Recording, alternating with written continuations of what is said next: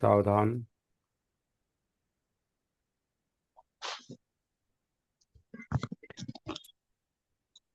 छंद जातो अनखाते मनसाच फुटोसिया कामेषु च अपटिबद्ध चित्तो उद्धंसोतोति उच्यते.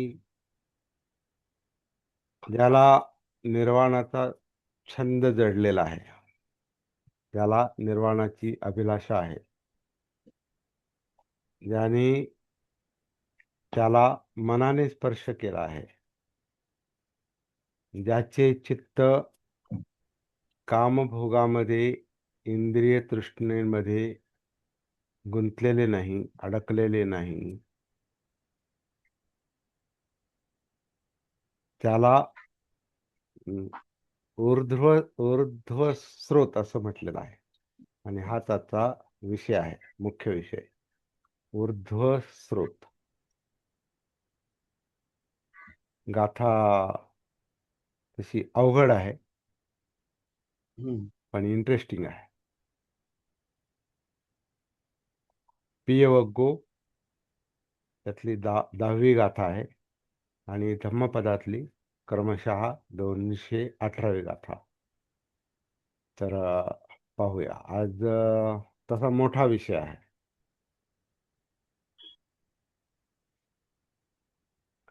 निर्वाणाचा छंद.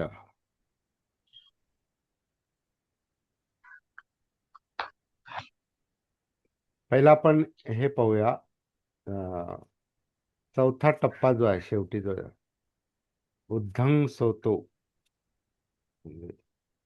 ऊर्ध्व. ऊर्ध्व म्हणजे वरच्या दिशेने जाणं. वरच्या दिशेने जो प्रवाह वाहतो त्याला ऊर्ध्व स्रोत असं म्हटलेलं आहे. वरच्या दिशेने प्रवाह नेहमी खालच्या दिशेने वाहत असतो.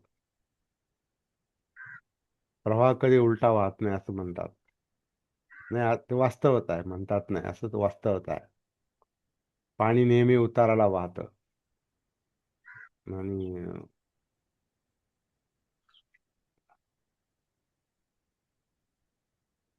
कोणताही द्रव पदार्थ हा अधो स्रोत असतो, अधोगामी असतो, तो वरून खाली येतो. आणि इथं उलट म्हटलेलं आहे,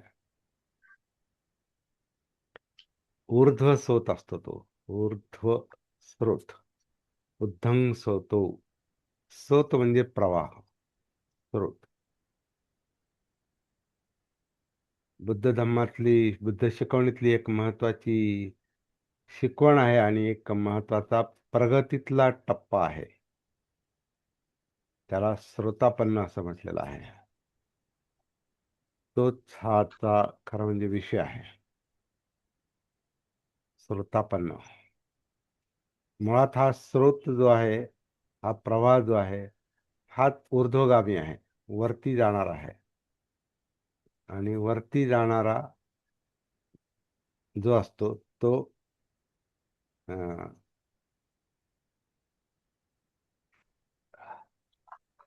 काय म्हणणार, जसं आता असं जर कल्पना केली की पाण्याचा प्रवाह उलट्या दिशेनं वाहतोय, तर म्हणजे तो गुरुत्वाकर्षणाच्या विरुद्ध दिशेनं वाहतोय. कारण गुरुत्वाकर्षण नेहमी जड वस्तूला खाली खेचतं, पाण्याला खाली खेचतं, आपल्यामध्ये घेतं. गुरुत्वाकर्षण, जमिनीचं आकर्षण, ग्रॅव्हिटेशन हे आपल्याकडे खेचतं. आणि त्यामुळे ते पाणी जे आहे ते नेहमी गुरुत्वाकर्षणाच्या दिशेनेच वाहतं.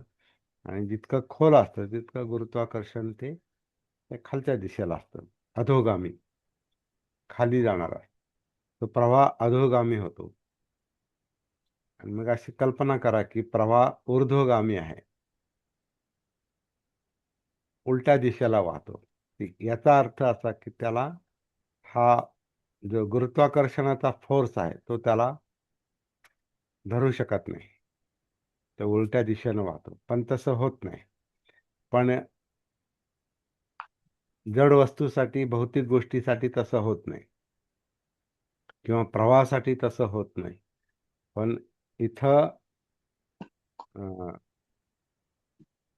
अं, ज्याला निब्बाण म्हटलेलं आहे, ज्याला दुःखमुक्ती म्हटलेलं आहे, बुद्धत्व म्हटलेलं आहे, अरहत पद म्हटलेलं आहे, हा ऊर्ध्वगामी प्रवाह आहे. ऊर्ध्व स्रोत आहे तो, उलट्या दिशेनं वाहणार आहे. सामान्य माणसाचं जे जगणं असतं हे अधोगामी असतं, नेहमी उताराकडे असतं. आपलं त्याला आपण उतार वय पण म्हणतो. माणसाचं वय हे नेहमी उताराकडे चाललेलं असतं. काही एक टप्पा असतो तो तारुण्याचा, तो याच्यात जातो विशिष्ट याच्यात, आणि नंतर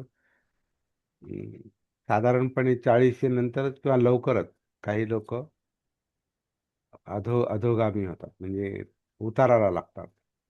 आपण म्हणतो ना 40ला, पूर्वी म्हणायचे 40 लागली, 40 चष्मा लागला मग म्हणायचे 40 लागली, असं पूर्वी एक म्हण असायची. आता तर लहान पोरांना पण चष्मा लागतो. लहान मुलं पण आता ते जे जास्त कॉम्प्युटर किंवा मोबाईलमध्ये किंवा त्यामध्ये जे जास्त शक्ती घालतात, तर त्यांचे डोळे क्षीण होतात. चष्मा हा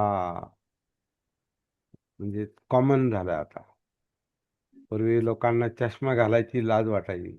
चष्मा लागला म्हणजे म्हातारा झाला, हं. असं पूर्वी मानायचे.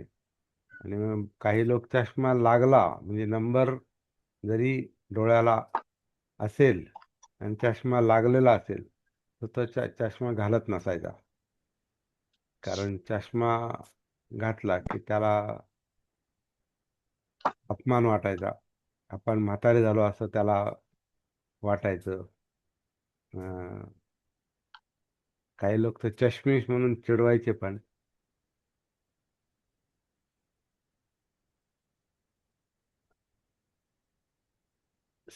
सर्वसाधारणपणे हे सगळ्यांच्याच बाबतीत होतं. आता 40 नंतरच 40ला चष्मा लागेल असं नाही, केव्हाही लागू शकतो. परंतु वय हा जो प्रकार आहे तो विशिष्ट याच्यापर्यंत ते वाढते आणि नंतर ते उताराला लागतं, म्हणजे क्षीण होतं. परवा आपण त्याच्यावर चर्चा केली, शरीरावस्था ही क्षीण होत होत जाते. आता निब्बाण जे आहे, दुःखमुक्ती जी आहे, ती कधीच क्षीण होत नाही. जर त्याचा छंद जडलेला असेल, आणि ते निब्बाण पण असं आहे, दुःखमुक्ती हा विषय असा आहे की त्याला अनख खाते म्हटलेलं आहे. अनख खाते म्हणजे ज्याचं आख्यान करू शकत नाही, ज्याला त्याच्याविषयी सांगू शकत नाही, त्याच्याविषयी बोलू शकत नाही. दुःखमुक्ती हा सांगण्याचा विषय नाही, कारण तो समजण्याचा विषय नाही. दुःख समजतं, दुःखमुक्ती नाही समजत. दुःख यातना प्रत्येकाला समजतात, कारण प्रत्येक जण भोगतो. दुःखमुक्ती जी असते ही बऱ्याचदा शक्य पण वाटत नाही, अशक्य गोष्ट वाटते. असं कुठं झालंय का? सुखदुःख हे येणारच. सुखदुःख येणार हे बरोबर आहे, परंतु दुःख संपुष्टात येऊ शकतं जिवंतपणीच. मेल्यावर जिवंतपणीच दुःख, अं, दुःखाचं अं, काय म्हणणार त्याला, निर्वाण जे आहे, निर्वाण, हे जे दुःखमुक्ती ही केव्हाही शक्य आहे. जिवंतपणी केव्हाही शक्य आहे ती. आणि दुःख हे अधोगामी आहे, खाली आणणार आहे. आणि दुःखमुक्ती ही ऊर्ध्वगामी आहे, वरती नेणारी आहे. त्याला प्रोग्रेसिव्ह प्रोग्रेसिव्ह त्या प्रगतिशील चित्त आहे ते. ऊर्ध्वगामी आहे, वरच्या दिशेला म्हणजे सुखाच्या परम सुखाच्या दिशेनं निब्बाणं परमं सुखं म्हटलंय ना. निर्वाण हे परम सुख आहे. म्हणजे परम सुखाच्या दिशेनं म्हणजे उलट्या दिशेनं, वरच्या दिशेनं, उलट्या म्हणण्यापेक्षा वरच्या दिशेनं वाहणारा तो प्रवाह आहे, ऊर्ध्व स्रोत. आता म्हणजे काय?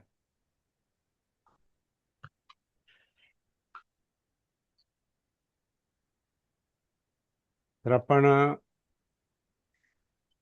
जेव्हा जीवनाचं भान येतं, सती येते, जीवन समजायला लागतं, जीवनाशी कनेक्शन आलं, आपला जीवनाशी संपर्क प्रस्थापित झाला, आपला नसतो, बऱ्याचदा जीवनाशी संपर्क नसतो, आपला संपर्क हा बाहेर जास्त असतो, इंद्रियांच्या जगाशी, इंद्रियजन्य जगाशी.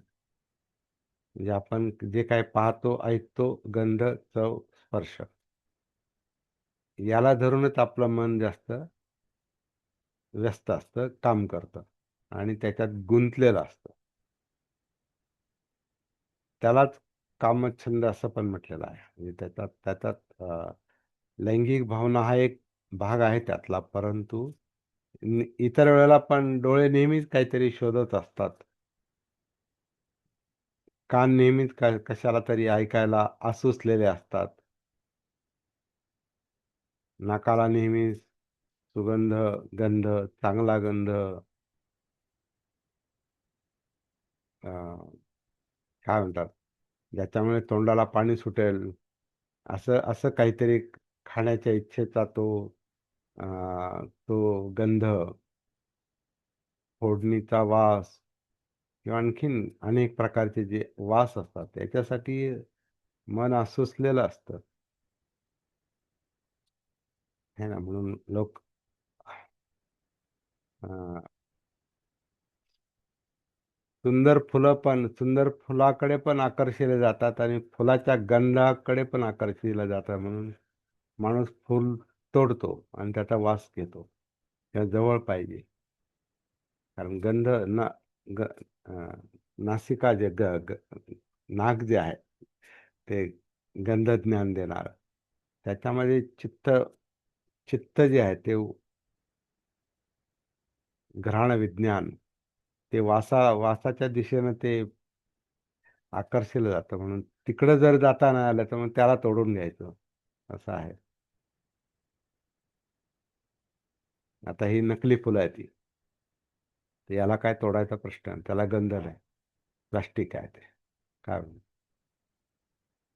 प्लास्टिकचा फ्लॉवर पॉट आहे.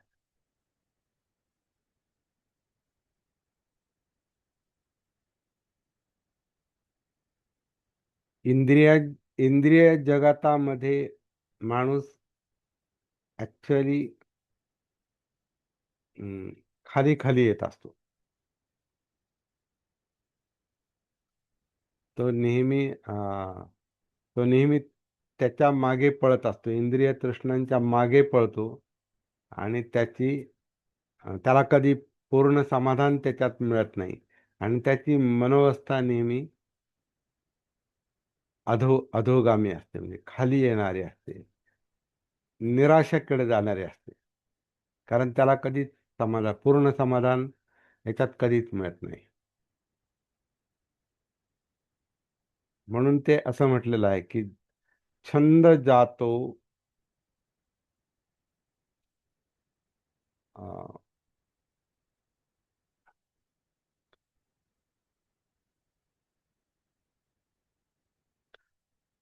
अ, छंद जातो म्हणजे छंद निर्माण होणे, जात म्हणजे जन्म, ज्याला आपण जन्मजात, जात म्हणजे जन्म, ज्याच्यामध्ये तो छंद उदय पावलेला आहे, जन्माला आलेला आहे. कुठला छंद? निब्बाणाचा, दुःखमुक्तीचा, जो सती जागृतीमुळे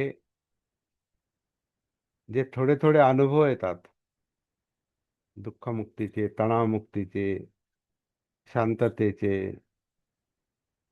जागृतीचे जे थोडे थोडे अनुभव येतात, तर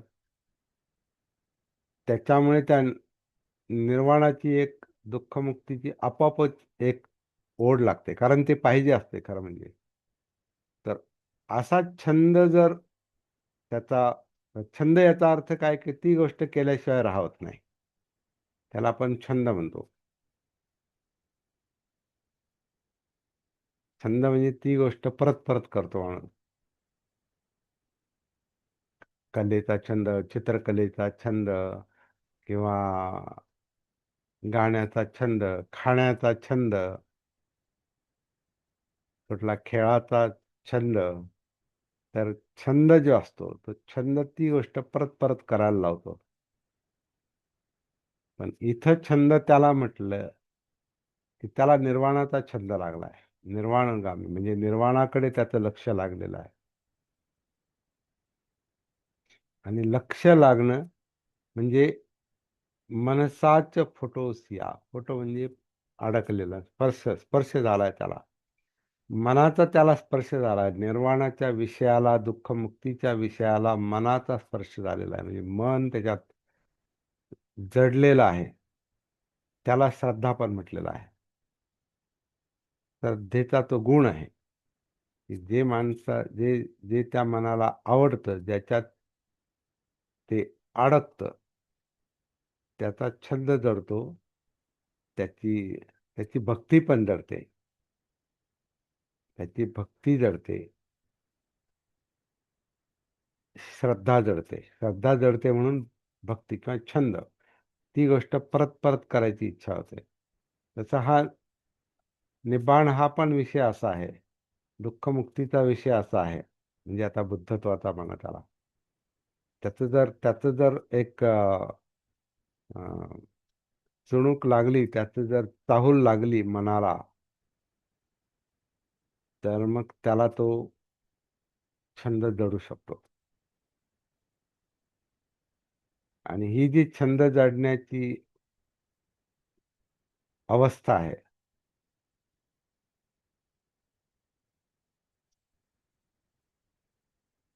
ती ऊर्ध्वगामी असते. म्हणजे मुक्तीच्या दिशेला उलटी उलटी प्रवाह करते. आता उलटा प्रवाह म्हणजे खालून वर.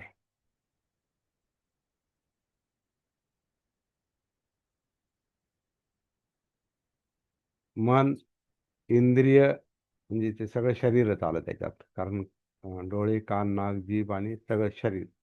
म्हणजे मन हे सगळं शरीराला, मनाची तृष्णा, इच्छा, हे सगळ्या शरीराला गती देते.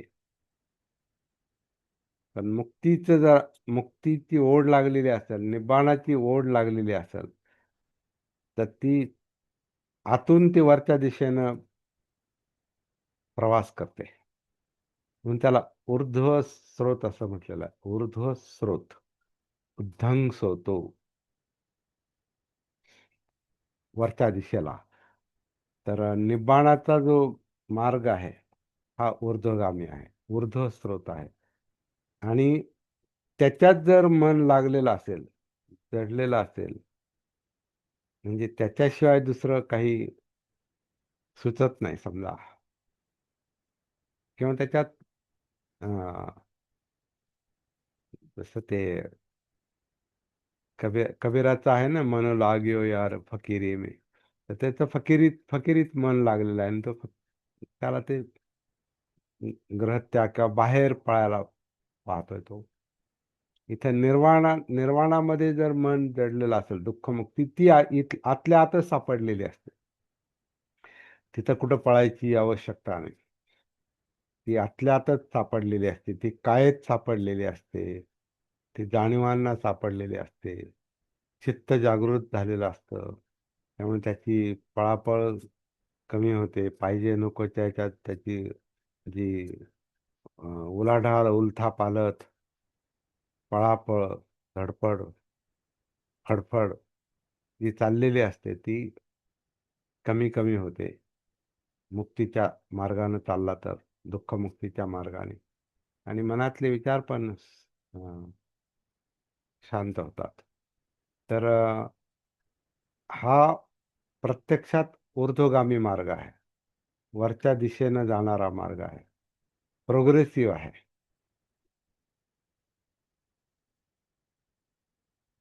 आणि अजून एक लक्षण सांगितलेले आहे, त्याचं लक्षण सांगितलेलं आहे. तर कामेसु च अपटिबद्ध चित्तो. त्याचं जे चित्त आहे कामामध्ये, काम म्हणजे इंद्रिय तृष्णा, म्हणजे जे आपण चर्चा करतोय मगापासून, डोळे कान नाक जीभ त्वचा, याचे जे विषय असतात त्याच्याशी त्याचं चित्त बंदिस्त नसतं, बांधलं गेलेलं नसतं. चित्त कामभोगांमध्ये गुंतलेलं नाही असं म्हटलेलं आहे. तर इंद्रियांचे विषय म्हणजे उपभोग. इंद्रियांना ते पाहिजे. का पाहिजे? चित्त तसं आहे.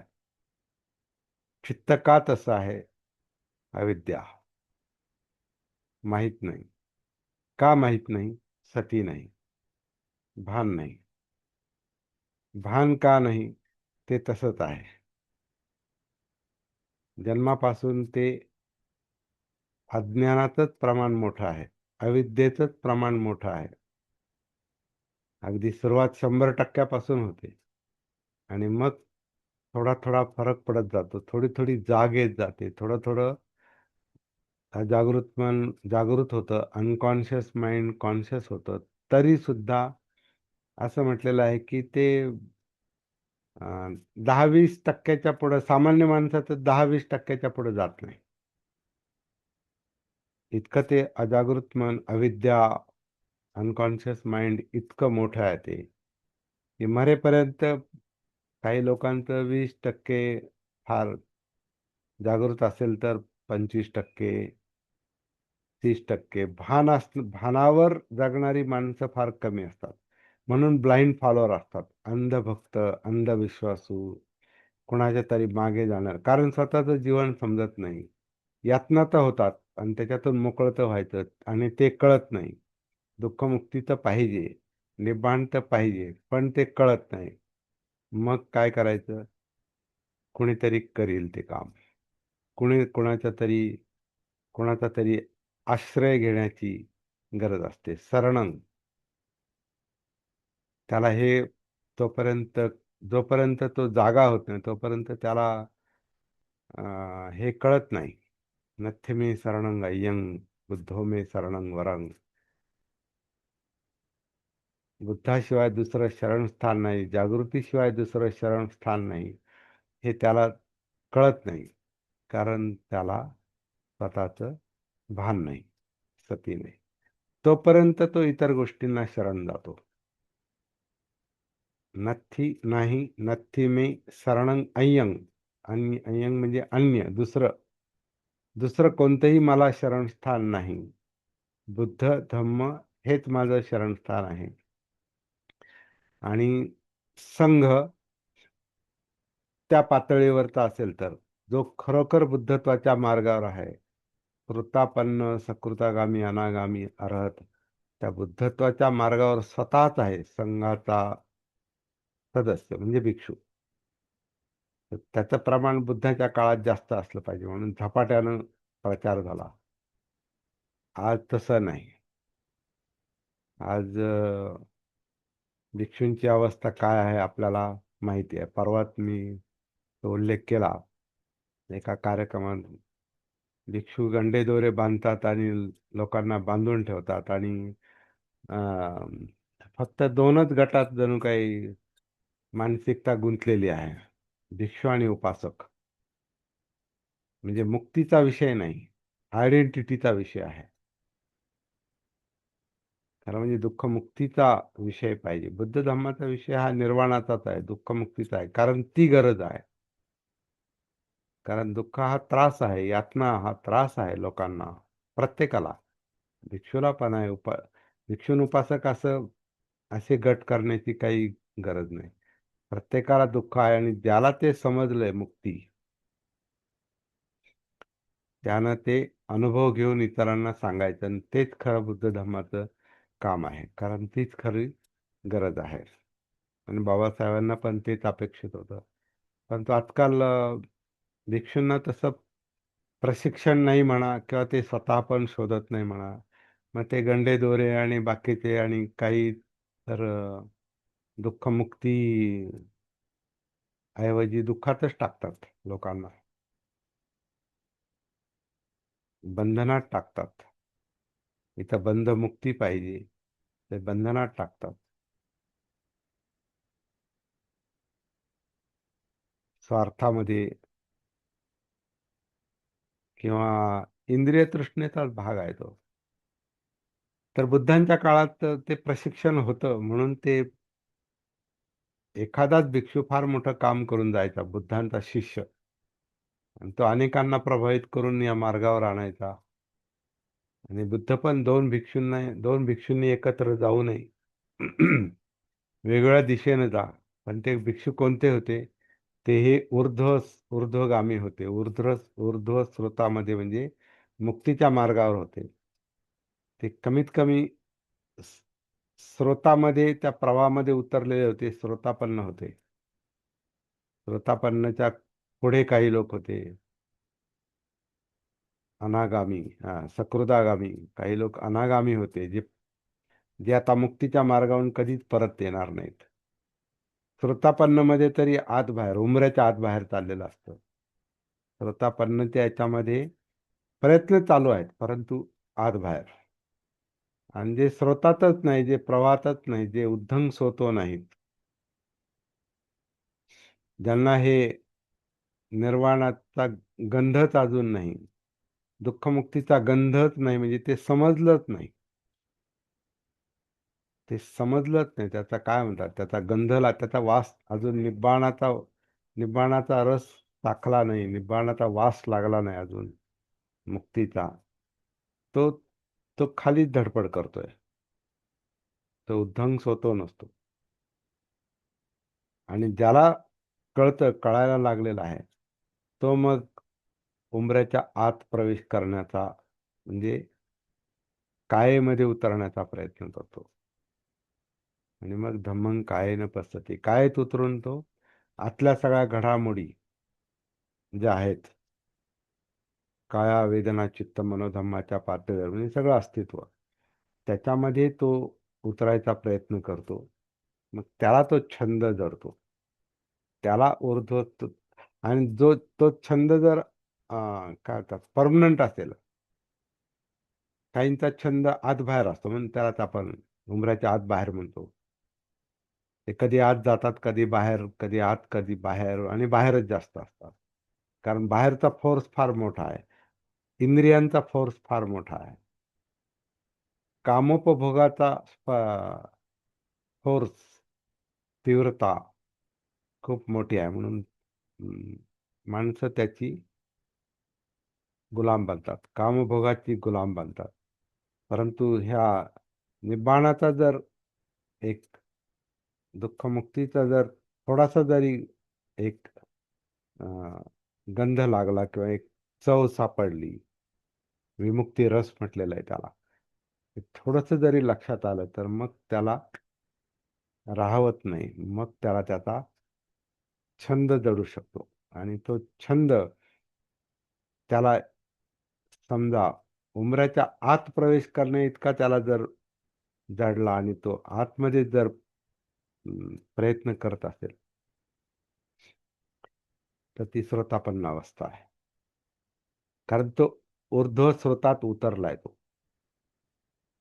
आता आपण इथं म्हणतो आपण की आतमध्ये उतरा, म्हणजे पोटामध्ये, छाती, पोट, आतमध्ये उतरा असं आपण म्हणतोय, कारण ते आतून तो मुक्तीचा जो हे आहे, प्रवास आहे, तो खालून वर आहे.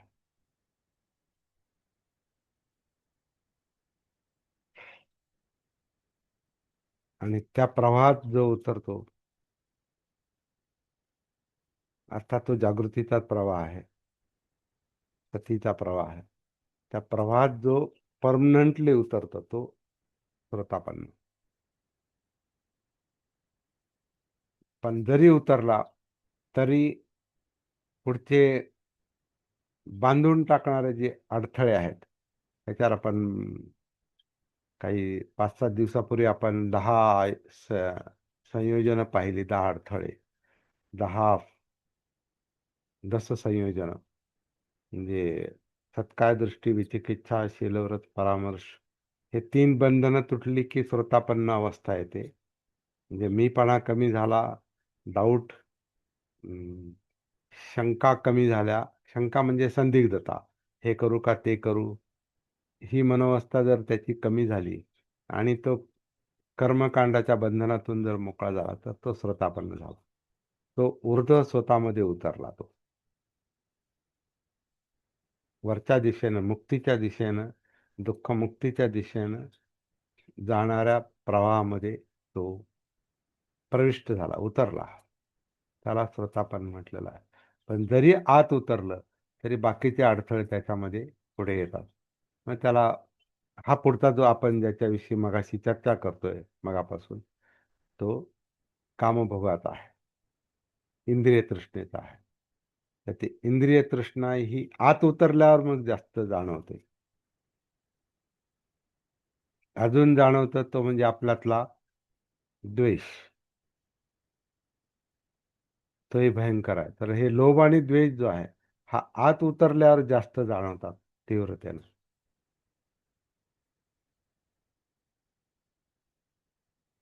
ते कधी कधी जास्त त्रास त्रास पण होतो. प्रयत्न करणाऱ्याला सुरुवातीला त्रास होतो जास्त, कारण ते जास्त जाणवतं. त्याचं स्वरूप स्पष्ट दिसायला लागतं.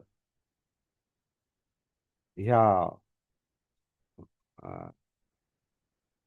इंद्रिय सुखाचं किंवा कामभोगाचं जे स्वरूप आहे, जी वसवस आहे, पाहिजे पाहिजे पाहिजे, ही जास्त जाणवायला लागते.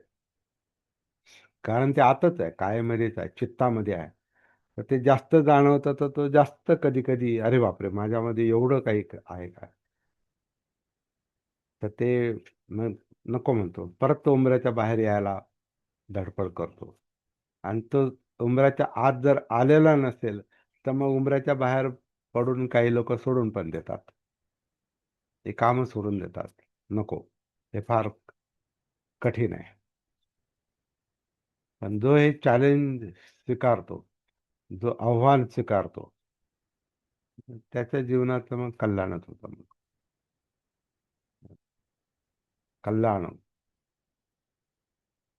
कल्याण कल्याण झालं तर तो मग दुसऱ्यांचा कल्याण मित्र पण बनू शकतो.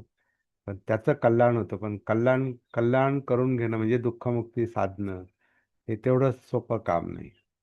कारण आपण उमऱ्याच्या आत कामाला लागलो की मग काही ज्या कधीच कळाल्या नाहीत, कधीच दिसल्या नाहीत, अशा गोष्टी आपल्याला जाणवायला लागतात. त्याच्यातले हे दोन भयंकर फोर्सेस आहेत. ते म्हणजे काम, छंद आणि व्यापार म्हणजे द्वेष. ते थोडेसे कमी व्हायला लागले, त्याचा पॉवर कमी व्हायला लागला, तर माणूस सकृदागामी होतो. आणि त्याच्यातून मोकळा झाला तर मग अनागामी होतो. कारण एकदा त्याच्यातून तो कामछंदाचा, इंद्रिय तृष्णेचा फोर्स कमी झाला म्हणजे संतुष्टीची भावना वाढत गेली. आणि द्वेष भावना जर कमी झाली तर तो ती सकृदागामी अवस्था, आणि ती पूर्ण संपत असेल तर मग अनागामी अवस्था. म्हणजे तो परत येत नाही आता खाली. आता त्याची धडपड उपभोगासाठी नाही, इंद्रिय तृष्णेसाठी नाही, पाहिजे पाहिजे पाहिजे, नको नको नको, हे या फंदातून तो बाहेर आला.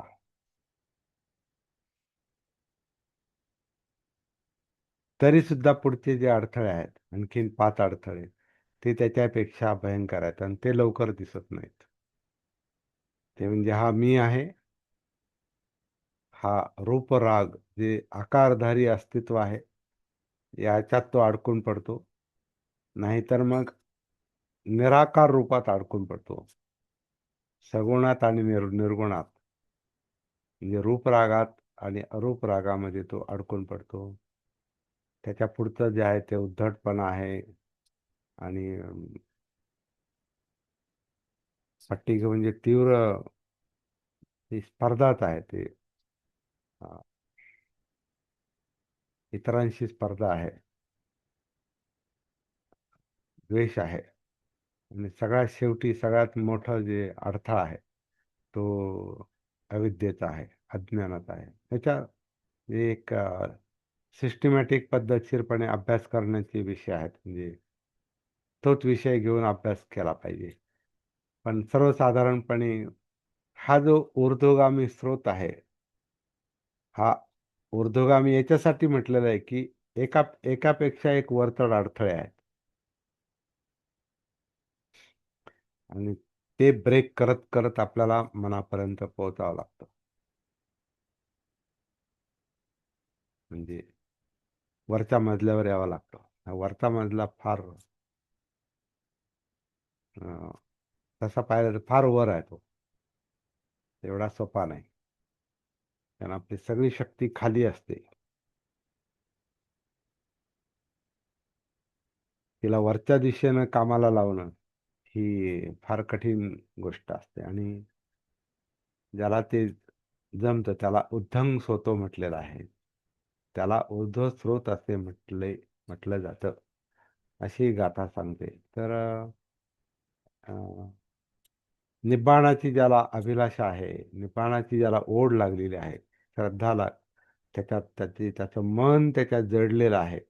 म्हणजे ज्याने मनाने त्याला स्पर्श केलेला आहे. मनसाच फोटोसिया आणि ते अनख्खाते आहे असं म्हटलेलं. ते सांगता येत नाही. ते कळत नाही. निब्बाण सांगता येत नाही. दुःख सांगता येतं. दुःख प्रत्येकाला कळतं. याचं दुःख झालं, त्याचं दुःख झालं, त्याचं दुःख झालं. पण मला ह्याच्यातून दुःखमुक्ती मिळाली, त्याच्यातून दुःखमुक्ती मिळाली. माझा राग कमी झाला, माझा द्वेष कमी झाला, माझी तृष्णा कमी झाली, माझी चंचलता कमी झाली. हे कमी झाली कशी सांगणार ते नाही सांगता येत लवकर. अनाख्याते आहे ते. अनाख्याते म्हणजे आख्यान करता येत नाही, त्याच्याविषयी बोलता येत नाही, सांगता येत नाही. तर अशा गोष्टी सांगता न येण्यासारख्या निब्बाणाच्या विषयामध्ये ज्याचं मन जडलेलं आहे, छंद जातो आणि जो भोगामध्ये अडकलेला नाही, तो प्रगतीच्या दिशेनं चाललाय असं म्हटलेलं. उद्धंस होतो म्हणजे वरच्या दिशेनं ऊर्ध्व स्रोतामध्ये तो चाललेला आहे, प्रगतीकडे चाललेला आहे, दुःखमुक्तीकडे चाललेला आहे, निर्वाणाकडे चाललेला आहे, बुद्धत्वाकडे चाललेला आहे. आणि ही सगळी प्रक्रिया जी आहे ही भानावर राहून करण्याची गोष्ट आहे, जागृती. आणि त्याची जी प्रक्रिया आहे, प्रोसेस आहे, ती सतीपठ्ठाण दिसते. कायेत उतरायचं आणि मग हा ऊर्ध्वगामी स्रोत जो आहे, हा ऊर्ध्व स्रोत, हा त्याच्यातून अनुभवाला येतो. ऊर्ध्व स्रोत, वरच्या दिशेने जाणारा प्रवाह. आधी खाली उतरावं लागतं. म्हणून कायेत उतरावं लागतं म्हणजे खाली.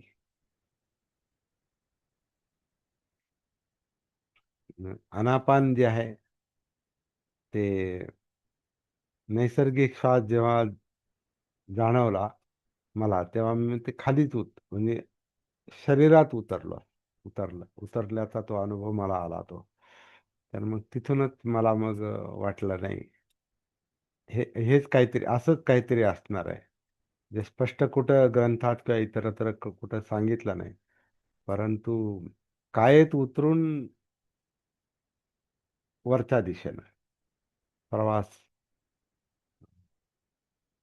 सुरू होतो.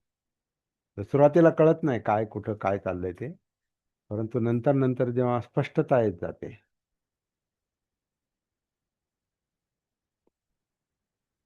तेव्हा कळतं की हा प्रवास कसा चाललेला आहे. तर पुरेसं आहे आज एवढंच. अवघड गाथा आहे. मी सुरुवातीलाच म्हटलं जरा समजणे समजावून सांगणं, समजणंही अवघड आहे आणि समजावून सांगणं आणखीन अवघड आहे. कारण उद्धंग सोतो ऊर्ध्वगामी प्रवास निब्बाणाकरता हा सांगणं फार कठीण आहे. का अनक खाते आहे. त्याचं वर्णन करता येत नाही, सांगता येत नाही. पण त्याचा छंद मात्र जडला पाहिजे. ज्याला जडतो त्याला त्यातला आनंद माहिती आहे. मग तो थांबणार नाही.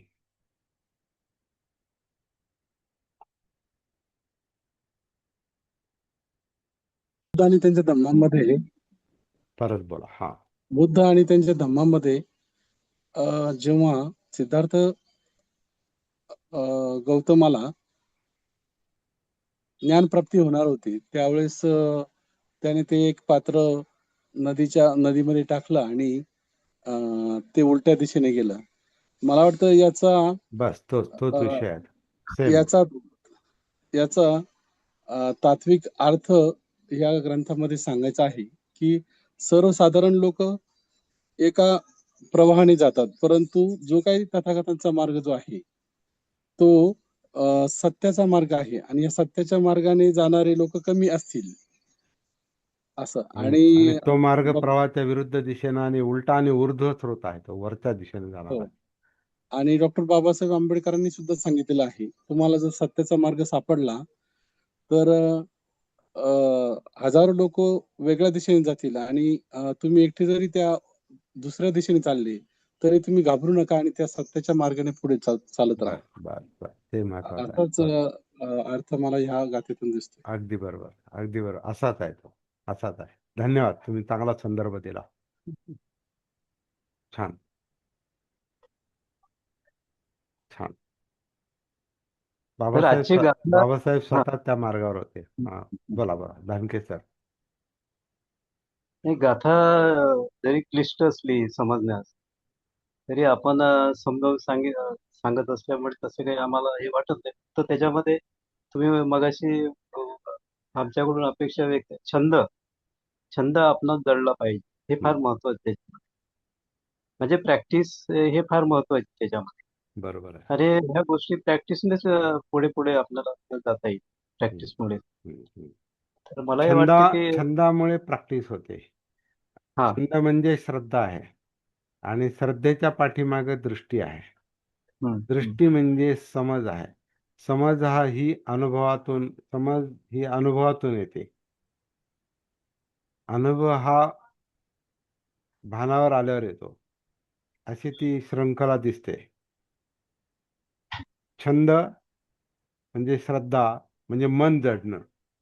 मन तेव्हाच जडतं जेव्हा त्याला काहीतरी अनुभव येतो. हो. निब्बाणाचा, दुःखमुक्तीचा काहीतरी त्याला अनुभव येतो आणि तो अनुभव श्रद्धा निर्माण करतो आणि मग ती गोष्ट पुन्हा पुन्हा होते. प्रॅक्टिस पुन्हा पुन्हा, ती छंदामुळे तो पुन्हा पुन्हा ती गोष्ट तो पुन्हा पुन्हा करतो. पण छंदाच्या मागे छोटासा का होईना पण अनुभव किंवा अंतर्दृष्टी म्हणू त्याला आपण. ती दृष्टी आलेली, ती समज आली, अरे काहीतरी आहे बरं का याच्यात. म्हणजे समजा आता सती साधनेमध्ये आपण आता जी काय, बरं इतके दिवस चाललंय आपलं, काहीतरी सापडतंय तुम्हाला. म्हणजे लेवल 2 फार महत्वाचं आहे तिथे. हं, हा, लेव्हल 2 कडे आपण चाललोय. हं. लेव्हल 1 मध्ये जरी स्थिरावलो तर दुसरी लेव्हल ही त्याला अं, हां, अं, त्या उंबऱ्यात, तिथं उंबऱ्यात असतोच आपण, तिथेही उंबऱ्या आहेत परत. तिथं पण आत बाहेर काय आहेत, बाहेर काय आहेत, बाहेर असं आत बाहेर चाललेलंच असतं ते. श्वासाच्या निमित्तानं कायच उतरणं, हा हा मुद्दा महत्वाचा आहे. काया आन म्हणून आपण त्याला प्रॅक्टिसच अशी करा असं अपेक्षा आहे माझी, की काया आन करते, काया अपान करते. आणि अनात्म काया आन, अनात्म काया अपान. अनात्म म्हणजे आपण करत नाही ते, नॉट सेल्फ. मी करतोय असं नाही, ते होतंय. It happens, it is happening right now. आत्ता वर्तमानात ते चालू आहे. ही काया आतून आत श्वास घेते. हे जाणवते सर. हा. तर हा जो अनुभव आहे, हा हं. आपल्याला कायेमध्ये नेतो. म्हणजे टिकून श्वासावर. राहतो आपण जाणवतो नक्कीच. हं. हा. हा. सातत्य कमी होतं, पण ते जाणवतं नक्कीच. हं, जाणवतं ते. हं, तर तो जाणवणं म्हणजे तो अनुभव. आणि हं, हा अनुभव जर पुन्हा पुन्हा आला तर मग तो छंदात रूपांतर होतं. हं. छंद म्हणजे मग तुम्ही तुम्ही राहणार नाही, मग थांबणार नाही तुम्ही. तुम्ही एका जागी बसू शकत नाही, म्हणजे सक्रिय होणार,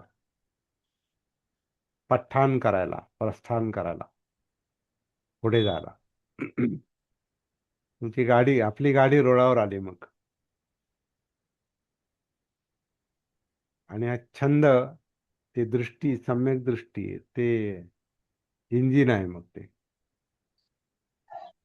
ते तुम्हाला पुढं खेच, कारण पुढचं पुढचं दिसतं. आणि रस्ता जर मोकळा असेल मग काय प्रश्नच नाही, मग स्पीडने गाडी चालते पुढे. अडथळ्याचा सिग्नल लागला एखादा मध्ये, तर मग पाहतो आता हे काय आहे, मग गाडी जरा स्लो होते. हम्म. आणि तो अडथळा काय आहे, तर तो सिग्नलही, ट्रेनचा सिग्नल दुसरे असतात देणारे, पण हा सिग्नल आपल्या अंतर्दृष्टीचा हे असतो, हा हे असं असं आहे. तर ते पाहता पाहता तो सिग्नल रेडचा ग्रीन होऊ शकतो, रेडचा येलो होईल, पाहतो. आणि मग ते कळतं, ते ग्रीन सिग्नल हा झालं, ते पुढे चला आता. तर असा तो हे आहे, प्रवास आहे. तर करत राहणं, प्रॅक्टिस करत राहणं, पण त्याच्या आधी समजून घेणं, कायेत उतरणं, जाणीवा. आ- आ- ही गुंतागुंतीची प्रक्रिया आहे. याच्याबद्दल सांगणं पण फार कठीण आहे, कारण काया ही एक नाही. आपली काया म्हणजे काय, एक जागा नाही ती. त्याच्यात जाणीवांचा जो प्रवाह आहे, तो जाणीवांचा प्रवाह हा विषय आहे पुढचा. आणि त्या जाणीवा, त्या फिलिंग्स, त्या वेदना अनेक आहेत. त्याच्यात सुख दुःख आहेत. त्याच्यात दुःख हा प्रॉब्लेम आहे. आणि त्या दुःखामागे कारण ही अडथळे आहेत.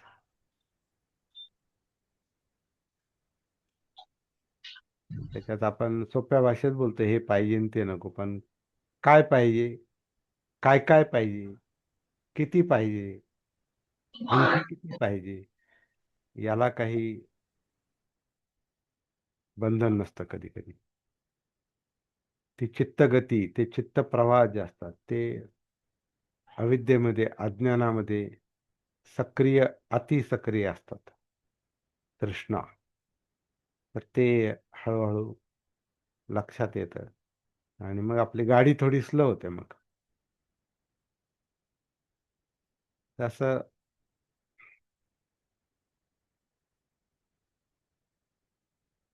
शो मस्ट गो ऑन असं म्हणतो ना आपण, तसे साधना मस्ट गो ऑन. आपली जी प्रॅक्टिस आहे ती चालूच राहिली पाहिजे. आणि सोपं आहे ते, फार सोपं आहे, चालू ठेवणं फार सोपं आहे. पुढे जाणं जरी अवघड असलं, तर किमान आत उतरणं हे मला वाटतं तेवढं अवघड नाही. परंतु काही लोकांना तेही जास्त अवघड वाटतं, म्हणून त्यांना वाटतं की नाही जमत, हे थांबत नाही तिथे, थांबत नाही ते, थांबत नाही. चित्त तिथं रमत नाही, म्हणजे छंद जडत नाही. त्याचं कारण आपण नैसर्गिक नैसर्गिक जो प्रवाह आहे, श्वासाचा प्रवाह किंवा जाणीवांचा प्रवाह, तो जसा आहे तसा पाहण्याऐवजी मी असा पाहिलं आणि मी तसा पाहिलं असं म्हणतो. म्हणून पहिलाच अडथळा तो मीचाच आहे, सत्काय दृष्टीचा. मी असं करेल आणि मी तसं करेल, नाही, तसं काहीच करू नका. काहीच नाही करायचं, हेच करायचं. ऑलरेडी सगळं चालू आहे, आधी सगळं चालू आहे. श्वास घ्यायची आणि सोडायची आवश्यकता नाही, श्वास चालूच आहे जन्मापासून. काल आपण पाहिलं, जन्म झाला, बाहेर आलो उदरातून, की ते सुरू झालं. ते आपण नाही केलं, आपण नाही सुरुवात केली. इट हॅपन, घडलं ते. आणि ते घडतंय, आणि आत्ता पण चालू आहे, या क्षणात चालू आहे. इथं काय करायचं, काहीच करायचं आहे. तर जे चालू आहे वर्तमानात, तोच सतीचा विषय आहे. ती अनापान सती आहे. तर याच्यात उतरणं तसं काही अवघड नाही. पण आपला जो मी आहे, आपली जी इच्छाशक्ती आहे, तो म्हणतो मी असं करेल आणि मी तसं करेल. आणि त्याला शिकवलं पण तसंच, असं करा आणि तसं करा.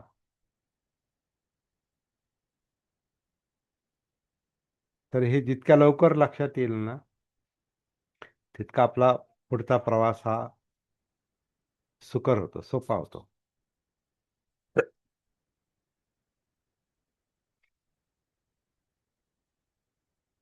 तर पहिली मुक्ती तर मी पासूनच आहे, सत्कार दृष्टीपासूनच आहे. की निसर्ग निसर्ग आहे हा, अनात्मा आहे, त्याला अनात्मा म्हटलेला आहे. सब्बे धम्मा अनात्मा, अनात्मा आहे. आपण नाही. आपण म्हणजे काया नाही. आपण ठरवून जन्म घेतला नाही. ठरवून ठरवून काया तयार केली आपण, असं नाही ते. आणि मन पण, चित्त, कार्यकारण भाव आहे, जो प्रतीत्य समुत्पाद आहे. आणि प्रतीत्य समुत्पाद म्हणजे मी नाही.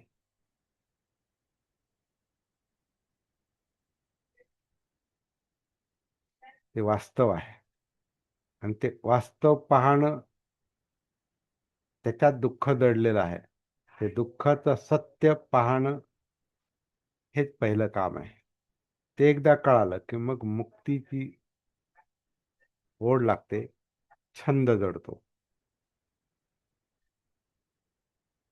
आणि मग खरा प्रवास सुरू होतो. आणि तो अडथळ्यांचा प्रवास आहे, तो असा सरळ सरळ नाही. पण ते चॅलेंज आहे, ते आव्हान आहे. म्हणून हा मार्ग तसा समजायला सोपा आहे, प्रॅक्टिकली तो अडथळ्यांचा आहे. आणि परत ऊर्ध्व स्रोत आहे, चढाईच्या दिशेनं प्रवास आहे. जसं आता मगाशी त्रिभुवनांनी सांगितलं, बाबासाहेबांचा ग्रंथातला संदर्भ, पात्र फेकला आणि ते विरुद्ध दिशेला गेलं म्हणे. त्याचा अर्थ हा आहे, प्रत्यक्षात ते पात्र नाही, प्रत्यक्षात ती नदी नाही. ती त्यांची जी इच्छाशक्ती आहे, त्यांना जे दिसलंय, त्यांना जे निब्बाण दिसलेलं आहे, त्यांना जी मुक्तीचा त्यांना दुःखमुक्तीचा निब्बाणाची चाहूल लागलेली आहे काहीतरी शक्य आहे, होऊ शकतंय. म्हणून ते प्रवाहाच्या विरुद्ध दिशेनं पोहण्यासारखं आहे ते. तो हा ऊर्ध्व स्रोत आहे. ऊर्ध्व म्हणजे वरच्या दिशेनं. हा जो प्रवाह आहे, हा, हा नदीचा प्रवाह, पाण्याचा प्रवाह नाही, तर विचाराचा आणि समाजाचा प्रवाह आहे. चित्तप्रवाह, चित्तगती, चित्तगती आणि मनोगती, मनोधम्म, तो आतला आहे. परत हे सगळे अडथळे निमित्त बाहेर असतात, परंतु परिणाम आत आहेत.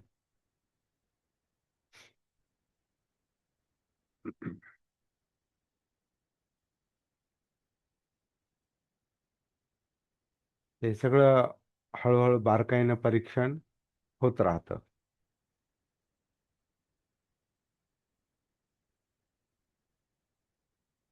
हम्म. त्या सोप्या नाहीत. तुम्ही सांगता तेही सोपं नाही. आम्ही जो ऐकतोय ते पण सोपं नाही. पण त्याच्यापेक्षा आचरण करणं हे त्याच्यापेक्षा कठीण आहे. कठीण आहे, पण ते करायचा संकल्प करायचाच, पण अशक्य आहे असं पण काही नाही. असं पण नाही. अगदी बरोबर. संकल्प तेवढा स्ट्रॉंग असेल आणि तो छंद, तेवढा छंद जडला पाहिजे. ज्याला छंद जडतो, तर अंधश्रद्धा सुद्धा खूप लांब लांब नेते माणसाला. यात्रा जत्रा लोक करतात, तर कुठं कुठं जातात ते. ती श्रद्धाच आहे, ती शक्ती तिकडं लागलेली आहे. फक्त ती अंधशक्ती आहे. म्हणून ते दरवेळेला दरवर्षी ते आणि सारखं सारखं मरेपर्यंत ते करावं लागतं, तरी त्याच्यातून काही मिळत नाही. बऱ्याच लोकांना, बहुतांश लोकांना नाहीच, अतृप्तच राहतात. शेवटी पण म्हणतात ते तिकडचंच पाणी पाजा, म्हणजे मुक्ती मिळाली नाही आणि त्या त्या पाण्यासाठी तडफड चाललेली असते. बरोबर आहे ना? आणि गंगेचं ते पाणी पाणी किती चांगलं आहे, किती खराब आहे, हे फक्त ज्याला त्याला फक्त अनुभव येतो. जिथं जीवनातच भान नाही तर पाणी खराब आहे का चांगलं आहे काय? फक्त भावना आहे, अंधश्रद्धा आहे का ते पिल्याने मुक्ती मिळेल, असं होत नाही कधी. तो भ्रम आहे.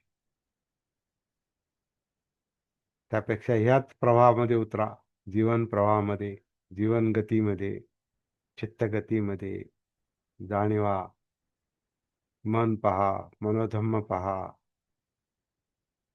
त्याच्यात उतरलं तर दुःखमुक्ती 100% सत्य आहे. पण हे चॅलेंज आहे. जत्रा यात्रा करणं आणि तिकडे पळणं सोपं असतंय. किंवा इथे सुद्धा आता बौद्ध धर्माच्या प्रवाहामध्ये बाकी कर्मकांड करणं सोपं असतंय. गंडे दोरे बांधणं आणि भुलवून ठेवणं सोपं असतंय. पण मार्ग दाखवणं, जो चालतो त्याला ते मार्ग दाखवता येणार.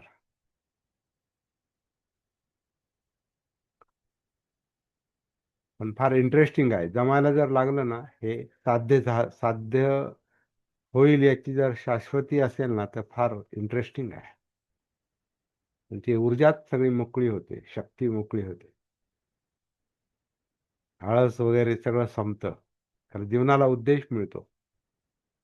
ज्याच्या जीवनाला उद्देश असतो त्याचं जीवन गतिशील असतं. नाहीतर मग ते स्थितिशील असतं, धबक्यासारखं बनतं, बोर होतं, कंटाळा येतो. काय करू, आता कुठे जाऊ, अशी अवस्था येते. ते सगळी संदिग्धता, सगळा गोंधळ असतो आणि अतृप्त अवस्था आणि मग तडफड. मग धावा धावा, कोणीतरी मदत करा. कोणी मदत नसते करत.